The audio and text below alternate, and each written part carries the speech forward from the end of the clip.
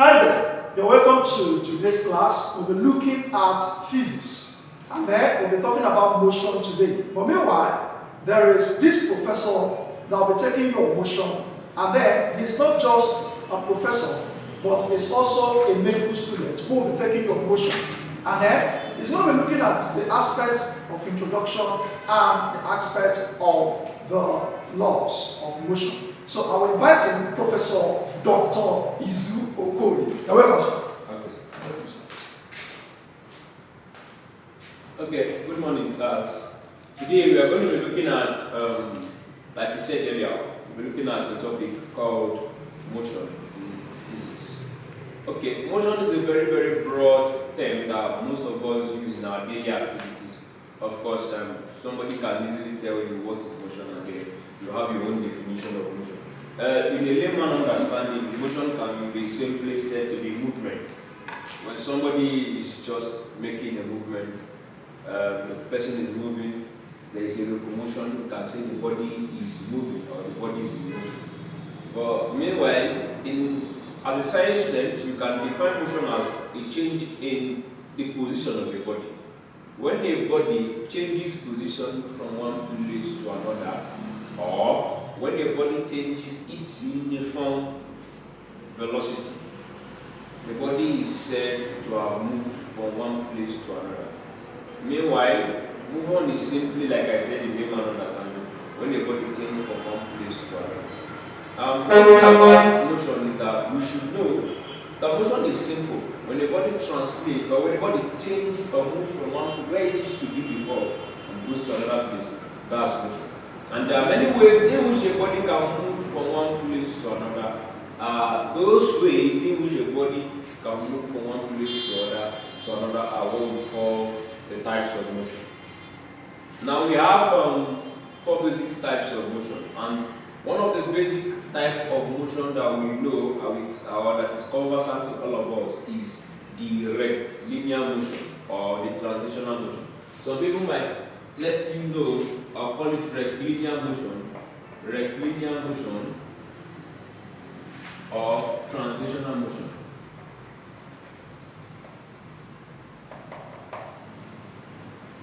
Now, we call it the rectilinear motion or translational motion. Now, what is rectilinear motion? What is translational motion? From let's say, from the diction or the choice of word given to that particular term, rectilinear is trying to say something moving in an erect or in a linear pattern. So when somebody is moving in a motion, remember I said motion is movement. Now when somebody is moving from one place to another without any change in direction, that kind of motion is said to be a rectilinear motion or a translational motion. It is seen to say, or it is seen to seem as if it looks to seem that the body is trying to translate where it was into another position without any interference along its path. What I mean to say, the body is not either moving left or right, but it's going to a specified direction without any alternative, without any interference along its path. That's what we talk about when we talk about translational motion. And we also have another example. We have the oscillatory motion.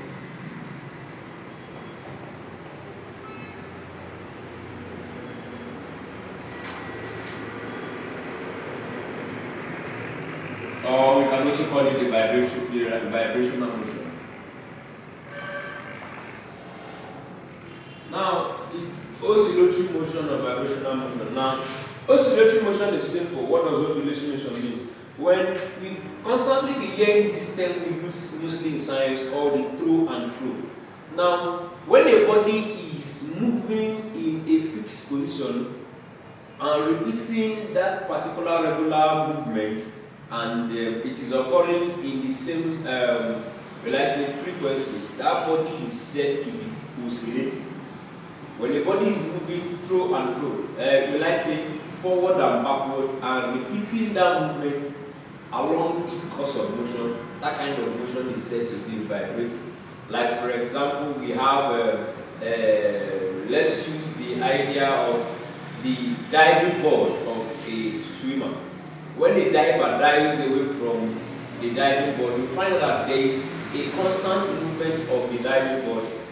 The diving board is seen to fluctuate, to move through and through, completely one full cycle, one oscillation, through and through. Like another example we can use as vibration motion, let's look at our heartbeat. The heartbeat of human being. We have a loop and a loop sound, that is the syastole and the diastole, a contraction and a relaxation, that is a through and a flow. And it is consistent, always reoccurring as the motion is continuing.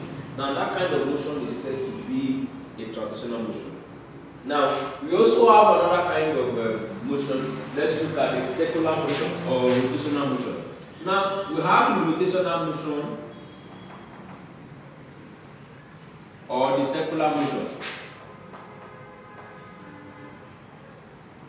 Okay, now this is simple. From the word circular, it's rotation. It's trying to say something is rotating or something is moving in circles. Now when things move in circles or when things move in an orbit, they complete a revolution moving around either their own orbit or either the orbit of another body. We said that that kind of body is undergoing a kind of motion called a circular motion. Like I said, it can either be moving around its own axis, that is around its own revolution, its own axis, or at the axis of another body. When a body moves around its own axis, it seems as if the body is completely moving 360 degrees, rotating and coming back from where it starts from. It's a rotational motion. Or when the body is moving around the axis, it seems as if the body is trying to circle another body, moving around another body. It's also a circular motion, moving around its axis or the axis of another body. And that revolution or that kind of movement is what attributes for the day and the night and the phenomenon of a year in the calendars that we have or we manage today. We find out that when the body moves 360 degrees, when the earth moves 360 degrees around its own axis, it causes what we call the occurrence of day and night. That means it takes the earth 24 hours to move around its own axis. Then the earth also moves around the axis of another star in the solar system, of another body, the axis of another body, and that body is the sun, revolving around the sun for 360 degrees. That was what leads us to what we have, or what results in the occurrence of a year in our calendar, the astronomical calendar. Now that is rotation. So it tells me that the movement of the earth around the sun is a rotational motion. The movement of the earth around its own axis is a rotational motion. The movement of our fan blade is a rotational motion. The movement of a ping pong ball is a rotational motion. The movement of a tire around its axis is a rotational motion.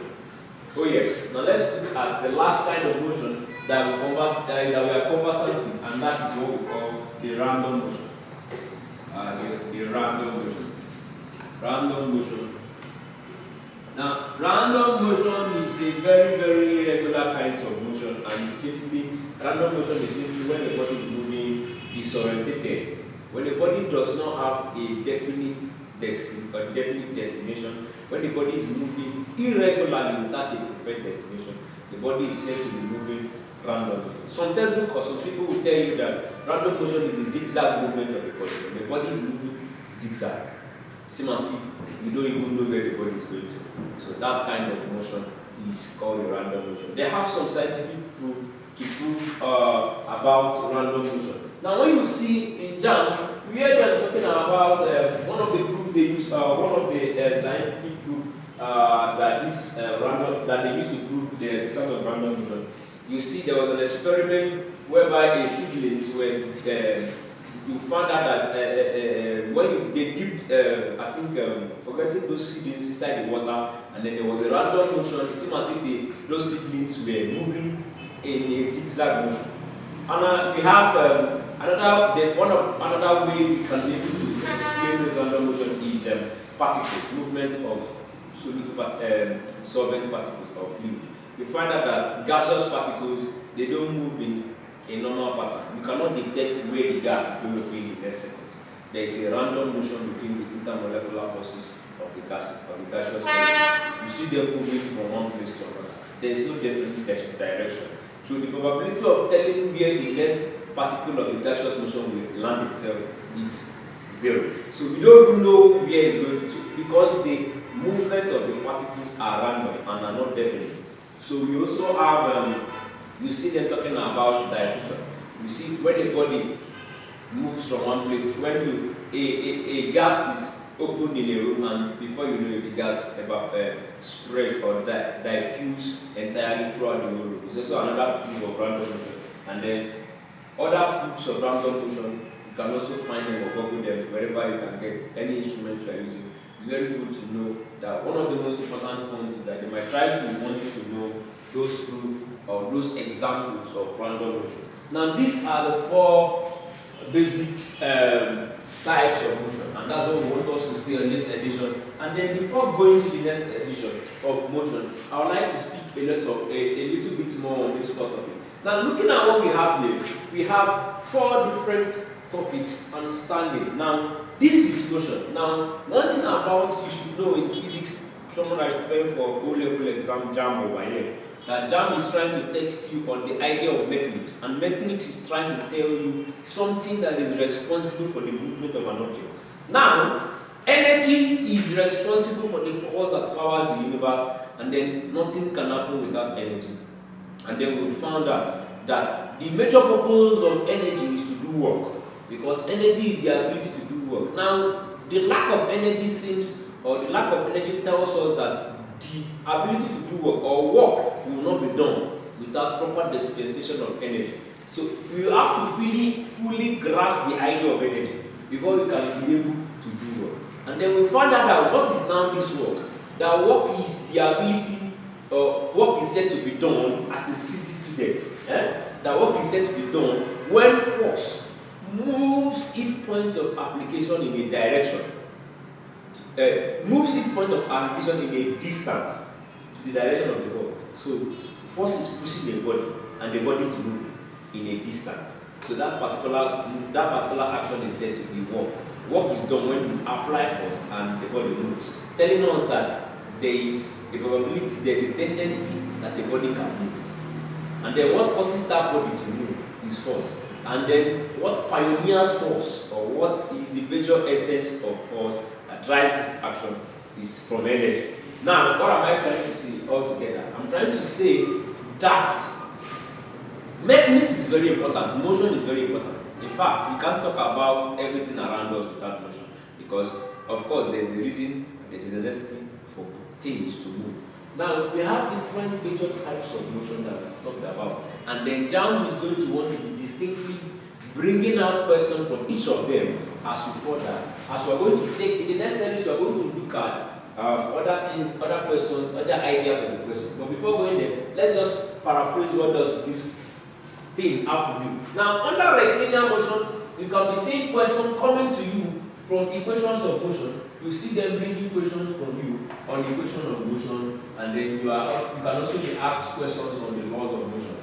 Under this, under the rectilinear motion, and then under oscillatory motion, you see them bringing a topic called the simple harmonic motion. Now, simple harmonic motion is where we treat completely the oscillatory motion phenomenon. That is under simple harmonic motion. The rotational motion, of course, rotational motion, we see rotational motion is in under a topic called circular motion. Under circular motion, we are going to treat all the tendencies that are possible to occur under circular motion. And then the random motion, we don't have much calculation on random motion because we don't even know the way the body moves. So we only have the examples and then theories that prove the existence of random motion. So with that, we are going to call the end of this topic video. The next series we are going to see. We're going to start from the first question, the equations of motion, and then the law of motion. Thank you. All right. Thank you. Thank you, sir. So thank you very much. We'll be getting to the next section immediately. If you have a question, you can drop it on the comment section. We're always here to help you. And the professor is also always here to assist you. We wish you all the best in your JAM exam. Best of luck, JAM students. See ya.